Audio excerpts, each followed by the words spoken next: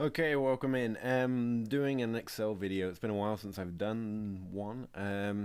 So I'm back to the old AP PowerSoft screen recorder.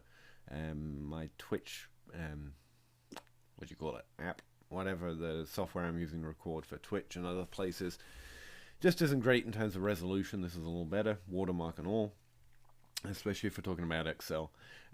Jesse, my man, this one's for you. I got a question about making graphs, or either making graphs or making graphs look as the way that you want them. I'm not entirely sure, so I'm just going to start from the beginning again, try and keep it under 20 minutes, and just show some things that I've found while working with Excel specifically.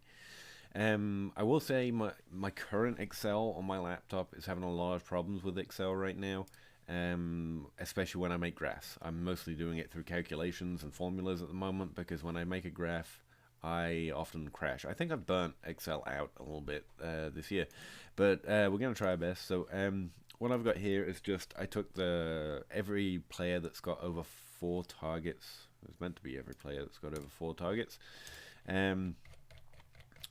In week 1 and their target share, just the 2 random things I grabbed quick. There we go. Another. Go away, girly. And their target share, just to show a quick graph. So to make a graph in Excel, you just select the columns that you want. Obviously, we're going to take the targets and their target share, and go to Insert in the newer versions of Excel. And I'm just going to click on recommended charts to make it easy. And you can do a whole bunch of different charts, or you can select specifically. It recommends some, like what would be the best ones, whether you want a bar chart or anything, or if you want it stacked. Typically I'm just looking for a line graph, and I go into the line section. Make sure you're not using a stacked line. That's a different thing. You want a graph that's just lines. That's the main one most people are looking for, in my opinion, unless they're looking for bar charts. And then again, avoid the things that say stacked. And it's not that stacked aren't useful, it's just I'm going to go ahead and make an educated guess here that stacked graphs aren't what you're looking for if you're just trying to make a graph, to show the progression of something over time. Stacked holds one over the other, even if the values are lower, just to show the relationships essentially. And we're not trying to do anything like that. So I'm going to do one non-stacked with markers that should just make 2 lines showing the progression from the lowest to the highest on both axes. It's also worth noting in Excel just that you can switch axes pretty easy, but it's an extra step.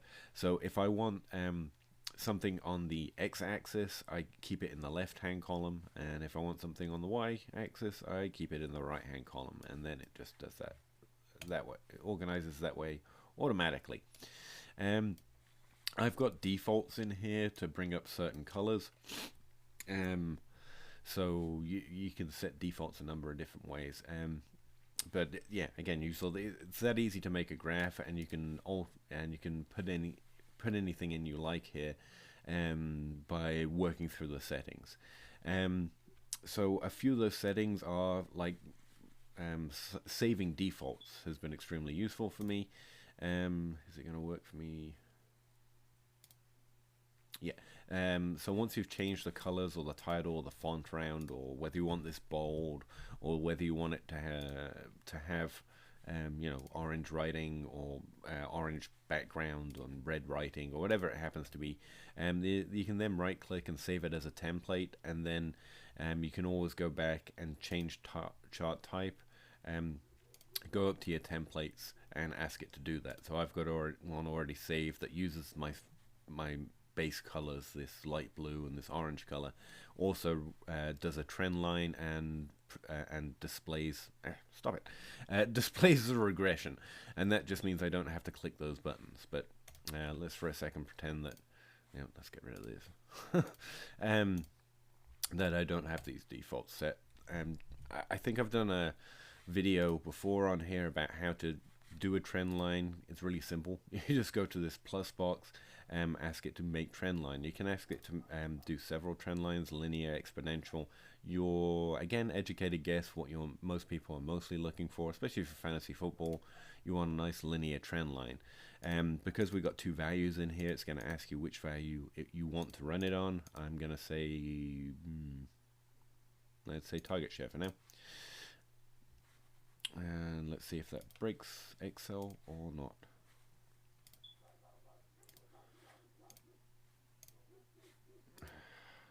Breaking Excel. Okay, there it goes.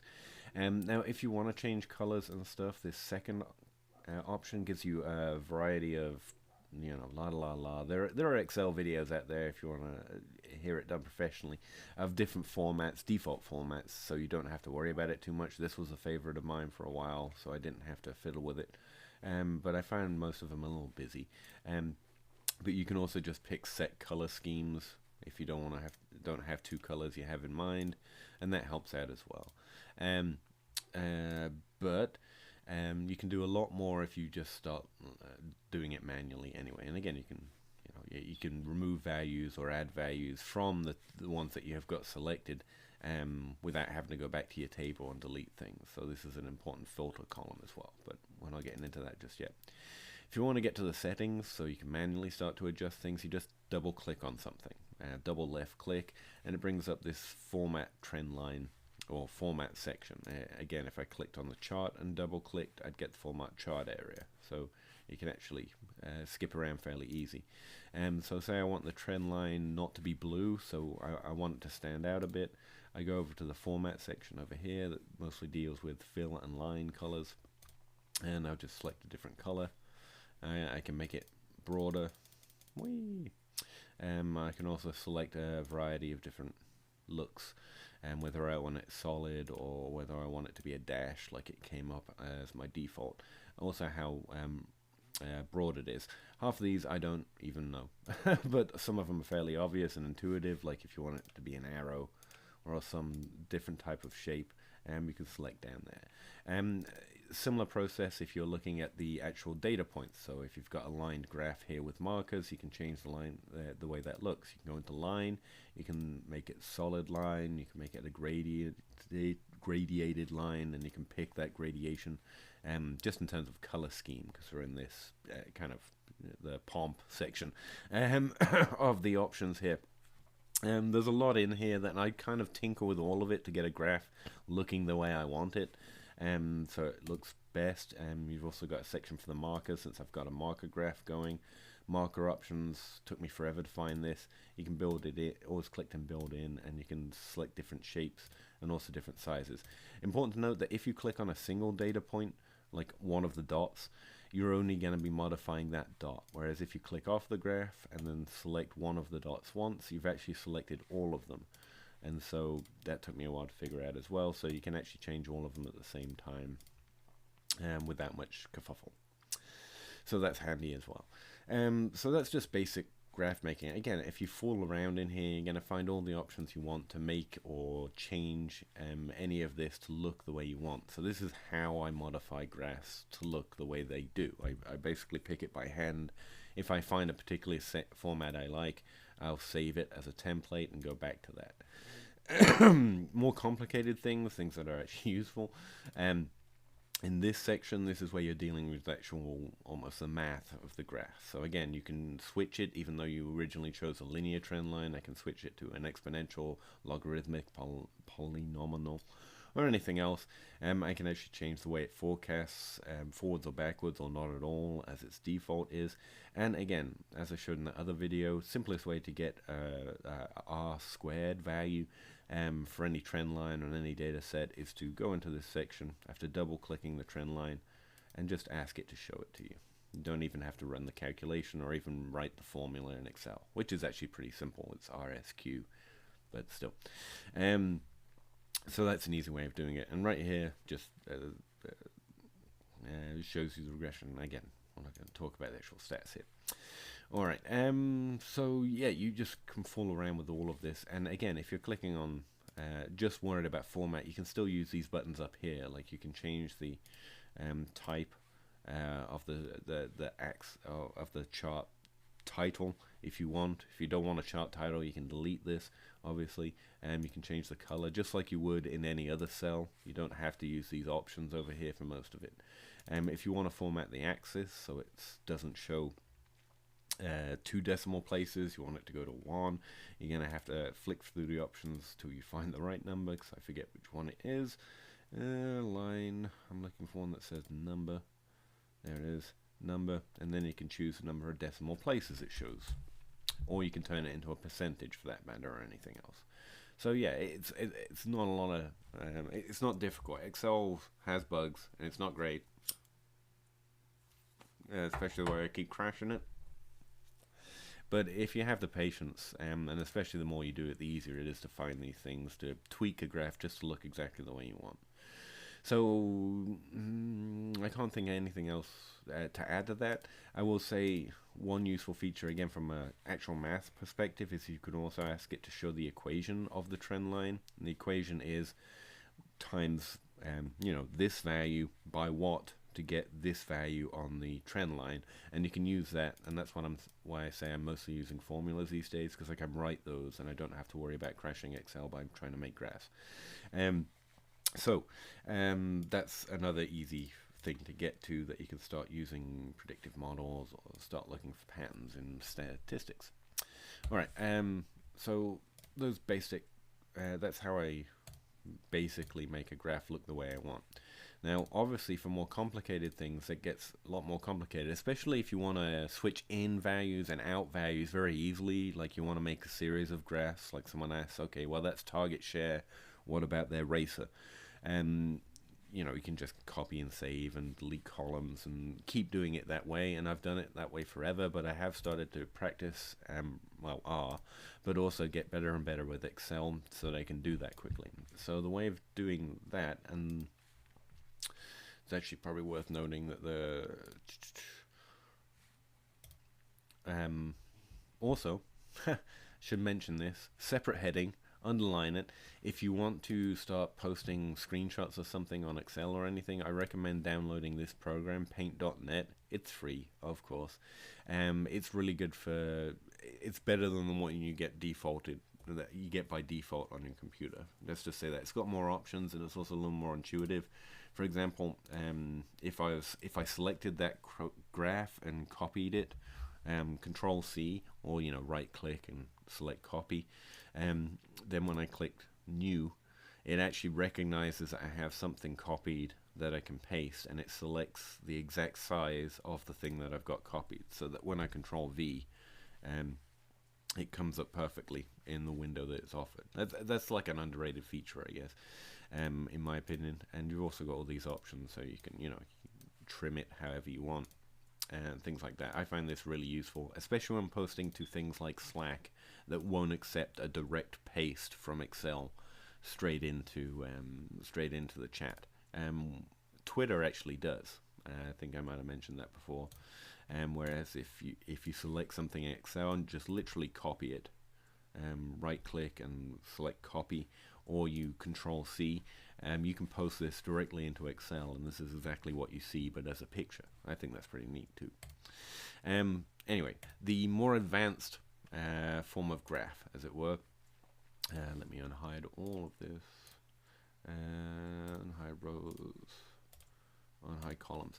What I've got here is my opportunity tracker sheet available on Google Sheets that I post for Patreons and use for my Dynasty League football article. I'm tracking all the receiving stats week to week for every player, as well as looking at the difference between them season long and through the last 3 weeks. So I got a lot of columns in here, and a fair number of values. I use a different sheet to actually drag all of this information into it, and then I just save it as values, so that it's not actually running any calculations right now, which makes it safer. Now, or it doesn't crash as much.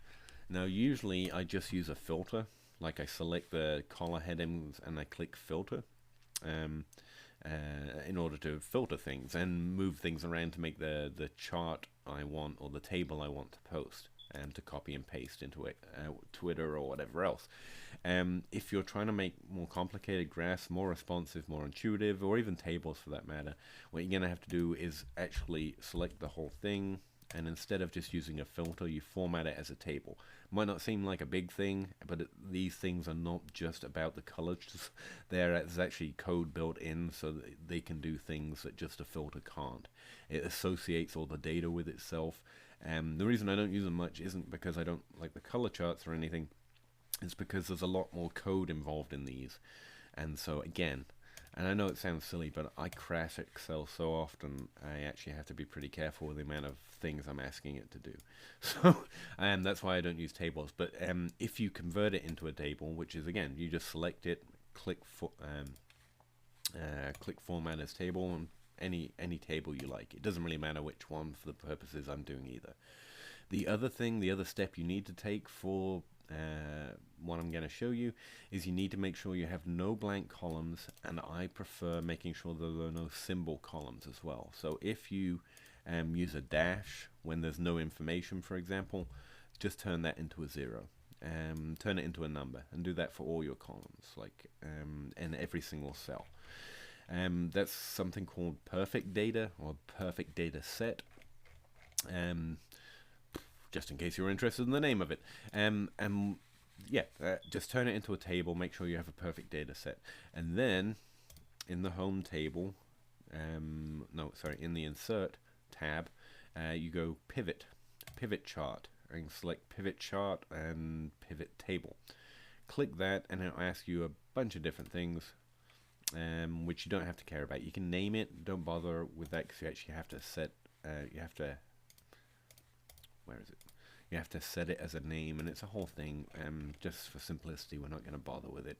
And if you're just trying to make graphs, Jesse, my man, it doesn't matter. It really doesn't matter. Until you get matters. For what I'm going to show you, doesn't matter. So yeah, click that, and just press OK. And what it does is make this thing. In fact, what it will be is entirely blank and just 2 empty boxes. But what it's done is it's running all the data in the background, whereas this tab that it's now created for you is a blank slate, and you can pull on any of that data in that chart and ask it to format it in any way you like. So you don't have to remove columns, you don't have to shift stuff around or anything like that. It takes a little bit of learning, but once you do, it's not complicated. Nothing in Excel or what we're doing for fantasy football Twitter is overly complicated. It's just all manual. It's not like with R and coding, you can set it up so it's more intuitive and you can do a lot very quickly, as long as you're willing to take the time and do it all manually. And again, you get quicker the more you do it. It's relatively easy. So what can pivot charts do? Let's take all this out, and I hate doing it because I honestly forget where everything goes. Let's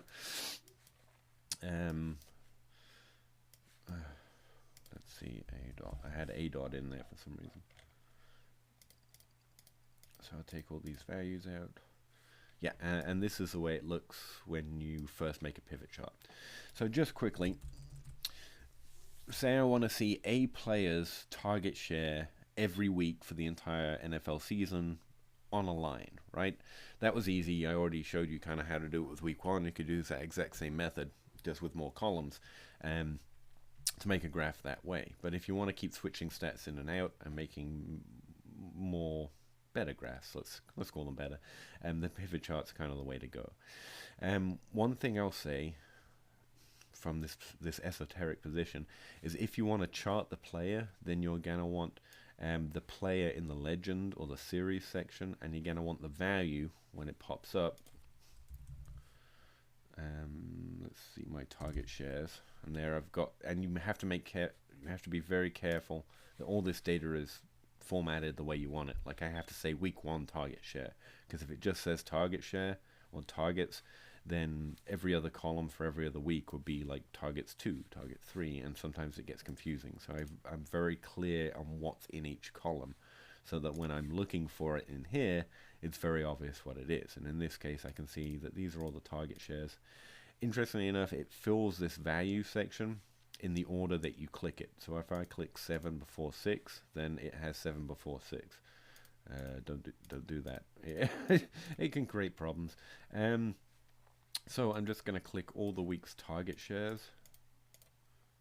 There we go. I don't want the season-long target share or the last 3 weeks for this. I'm just trying to show one player's target share every week of the NFL season in 2018. So there it is.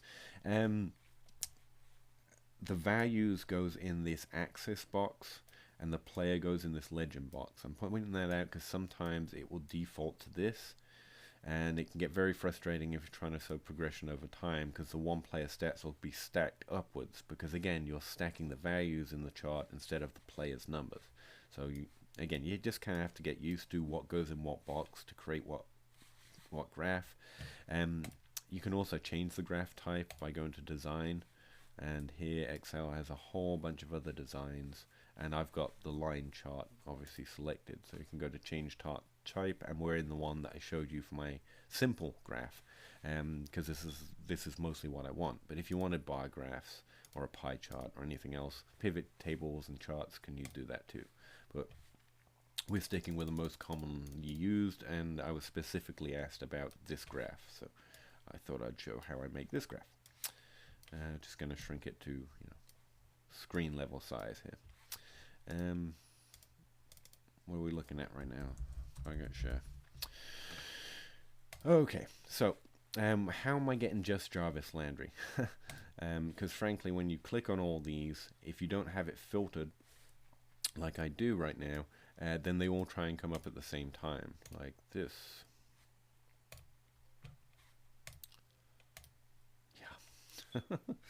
I've also got some other. Sorry, I should have gotten rid of all this. But yeah, let's put position. Yeah. Okay, I know. We're trying to do a lot, but I got to show a guy a thing. Yes, I know. If you put it in filters, and they come up in separate boxes up here, and you can filter it by position, like you just want to see wide receivers. And you can also filter it by team, because I put team in filters as well. So I just want to see Arizona wide receivers target share every week of the NFL season. And there is one crazy mess, to be honest. But again, you can also filter by player. If you took out these, and you can filter by any player manually. Or if you just want to see specific NFL wide receivers, you could put player in filters as well, and I could just look up Kirk, for example, not Cousins, and there and that's how I got to Jarvis Landry, just by filtering out by just his name. And again, it's this target share. It really is this simple to start bringing them up. You just select all the values you want. Make sure you deselect the ones if you're going to switch over to looking at a dot. Make sure you unselect all the target shares. Say I want to move over to Kirk's a dot. Speaking of which, on a week-to-week basis, then I just click on all the a dots, and since I've got all the values in the right place, it makes the same table for me, same graph for me, but now it's with a dot, and I change the title. So that's how I went about making that particular graph that you asked about. Now obviously there's a little more to that. It takes a lot of tweaking, like making sure you put the values in the same place, and you're not going to be trying to make the exact same graph I'm making here. So it'll take a little playing around, but I promise if you just move things from box to box, eventually you figure it out. Again, the best example I can give you is that in this axis box, this is what's going to be plotted on the graph if you're using a line graph. And the legend is going to be whose value you're plotting along the y-axis. And then you filter it by the type of player or the exact player that you want by putting those values in the filters column. And when you click on them in here to ask you to make a graph, it's always going to put it in this values category. And that's why we're putting values on the axis, obviously. We want the values on the axes, not the players. If we want the players, because we're making a bar graph instead, then obviously you could switch it around and then switch the chart type. But again, I can't I can't run through every permutation I get. We'd be here an hour. And let's face it, this is a video about making something in Excel. If you haven't fallen asleep already and had to start it again from the last moment than you thought, I would be surprised. And I do this stuff a lot, and I know that I'm surprised that I did not fall asleep trying to explain it. It's really interesting once you get it done, but doing it or listening to someone explaining how to do it can often put you to sleep. I understand. So welcome back to your 5th attempt of finishing this video. And again, the formatting, again, my Excel hates this, is the same thing. If you double click on something, the formatting tab opens up and you can pick whatever colors that you want.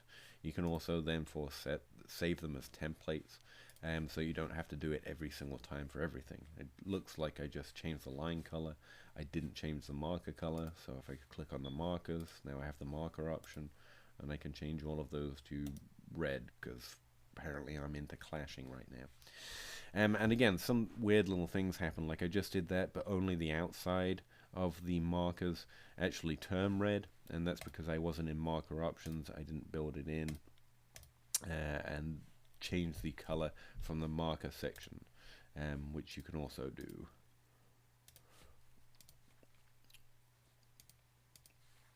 So yeah, you can change, just like I was showing on the other graph, you can change the look and the style to it and the color to it in the format, or even again pick a different theme if you want it to just choose defaults for you instead of manually creating all the different colors. Again, I find that most of them are a little too busy for what I want, but they all do a great job of just being easily formatted to display information if you don't want to do all that stuff manually. The stuff that's going to take time is learning how to set up the values and in the right boxes, so it's making the graph that you want. And without having an example of what graph you want, I don't know how I can make it more specific. Also notice that while you're doing that, it's also making the table. So you can also use the pivots to create the table that you want to take a snapshot of, or copy and paste into PaintNet in order to post it on Twitter, or show off in Slack, or whatever it happens to be. Let me just... And again, it really is as simple. If you've got PaintNet, you just select the graph, Control C, or Control right click and copy. Go to PaintNet, click new one, new page, new image, and then click paste, and it's already here. You can start modifying it from here, but at this point it's just an image, and then you can save it as a JPEG, or whatever you want to save it as, or wherever you want to save it as. Or you can just take it directly from here by copying it again after you edit it, and go paste it somewhere if you don't want your hard drive filling up with a bunch of random graphs you are just trying to use to win an argument. I save so few of these anymore. It can actually be frustrating because I know I made that graph before, but I didn't save it, so go whichever way you want with that, I guess.